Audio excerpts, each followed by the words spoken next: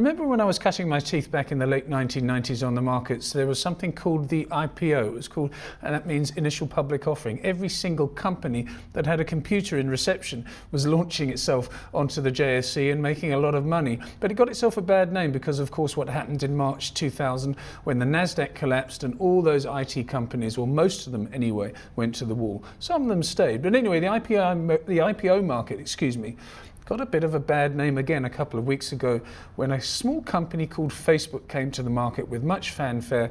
The initial price was $38 a share, I think it was, and since then it's come down. To talk about the IPO market now is Mark Steyn, partner at Bowman Gill Fillon.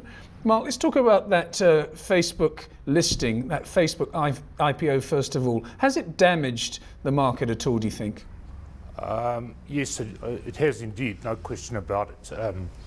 Facebook was supposed to have been the relaunch of the dot-com era of the early 2000s, and it was expected to be the forerunner of many, many IPOs, particularly in the tech sector.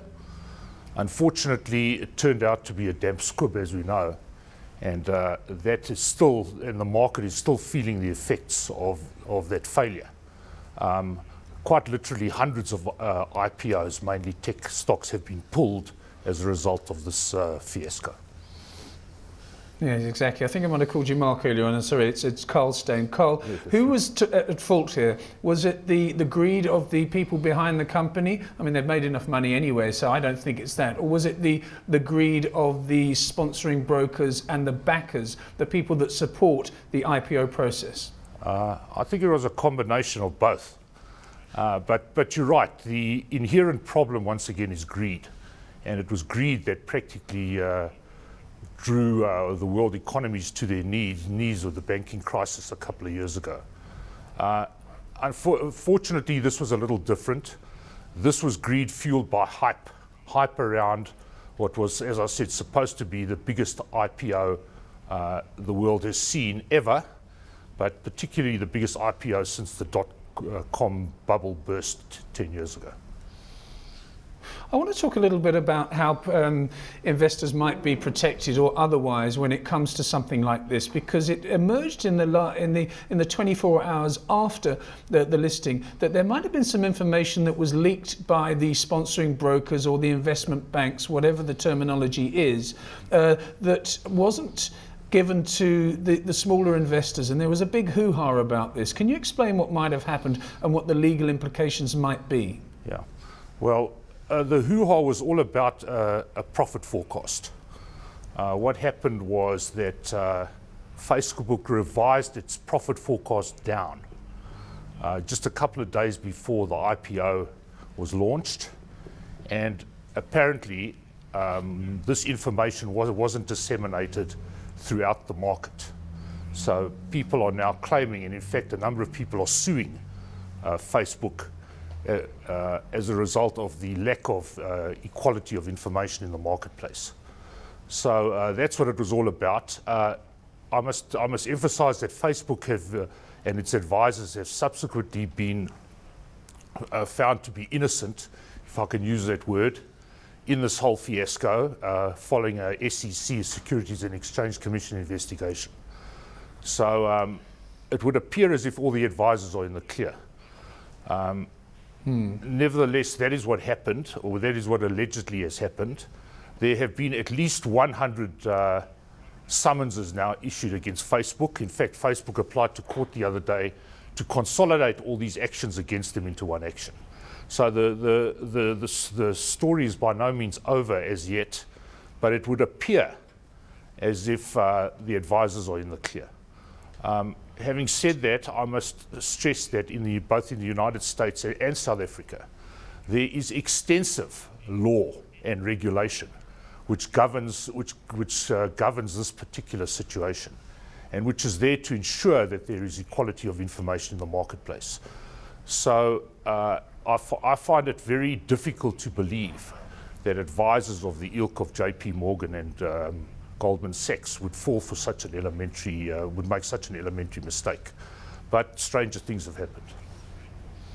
Yeah, I mean, I love your optimism. I love your optimism, the fact that these big banks wouldn't do anything untoward. I mean, we see it every single couple of months, something comes up. I mean, to wit, this recent $2 billion potential trading loss. But anyway, your optimism is well placed, it appears. But you talk about these extensive laws, both in the United States and South Africa. Do the laws protect the sponsoring brokers and the advisors, or do they protect the investor, the IPO investor, or both, do you think? And if so, do they go far enough?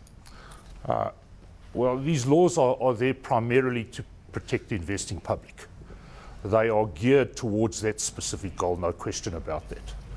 They are also, as I've said, very, very extensive, particularly in view of the history of listed companies and raising capital from the public, which started all those years ago, I think 2000 with the Enron scandal. So these laws have been built up now over a period of 10 years.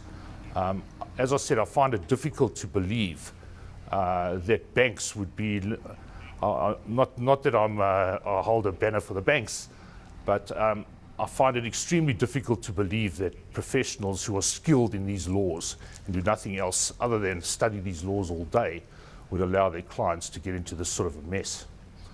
I attribute it mainly to greed and hype, in that Facebook was such an enormous IPO, and of course was supposed to have been the rebirth of the tech era. I find it interesting when I was watching that night, which I found fascinating. The market opened, first of all, probably about 45 minutes to an hour late, and that was a NASDAQ problem, not a sponsoring broker, not an investment bank or a Facebook problem, as far as I understand. But then as it got to around about 9:30 South African time before the closing of the market, the share price had come down from an initial print of $43, $44, $45, I think, at its peak. It came back down to the opening price of $38 US.